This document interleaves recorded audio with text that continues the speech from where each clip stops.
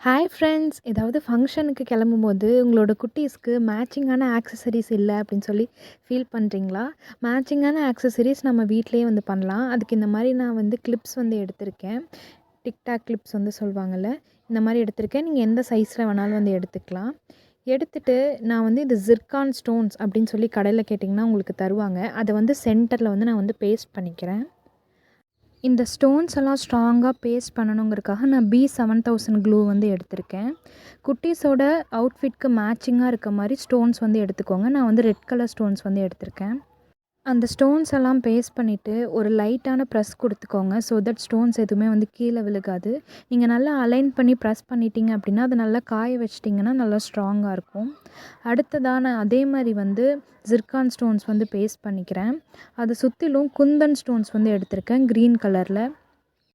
இதில் நான் வந்து ஃபுல் சர்க்கிளாக பேஸ்ட் பண்ணாமல் செமி சர்க்கிளாக மட்டும் கீழே மட்டும் பேஸ்ட் பண்ணிக்கிறேன்.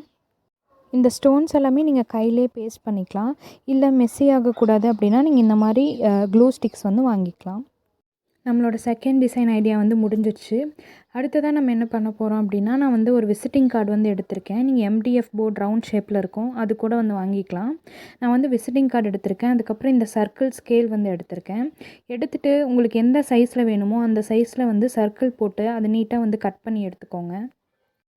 கட் பண்ணியிருக்க சர்க்கிளை நீங்கள் ஃபஸ்ட்டு எல்லா ஸ்டோன்ஸையும் ஒட்டிட்டு அதுக்கப்புறம் அதை எடுத்து நீங்கள் உங்களோட கிளிப்பில் வந்து பேஸ்ட் பண்ணிக்கோங்க. நான் அது பண்ணாமல் எடுத்த உடனே கிளிப்பில் வந்து பேஸ்ட் பண்ணிட்டேன். ஸோ தட் ஸ்டோன்ஸ் ஒட்டும்போது ஒழுங்காக வந்து வரல.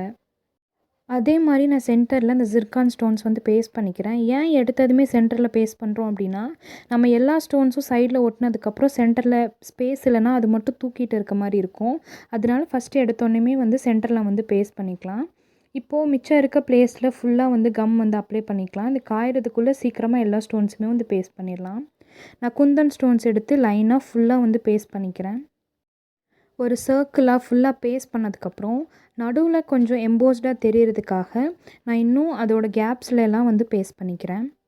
நீங்கள் ஸ்டோன்ஸ் எல்லாமே க்ளூவில் வச்சதுக்கப்புறம் உங்களோட ஃபிங்கர்ஸ் வச்சு நீங்கள் நல்லா ப்ரெஸ் பண்ணி விட்டீங்க அப்படின்னா அதோடய ப்ளேஸில் அது எல்லாமே வந்து கரெக்டாக போய் செட் ஆகிக்கும்.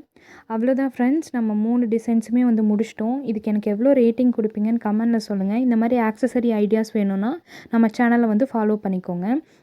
Basics to advance aari class வந்து இப்போது நாங்கள் ஸ்டார்ட் பண்ணியிருக்கோம். ஃப்ரீ தான் யூடியூப்பில். நான் கிளாஸ் 1 வந்து போட்டிருக்கேன். என்னென்ன மெட்டீரியல்ஸ்லாம் உங்களுக்கு தேவை அப்படின்னு சொல்லி அந்த நாலேஜ்க்காக. உங்களுக்கு விருப்பம் இருந்தால் நீங்கள் அதை போய் செக் பண்ணி பாருங்கள். சேனல் நேமுக்கு கீழே வந்து கொடுக்குறேன். அடுத்த வீடியோவில் பார்க்கலாம். பாய்.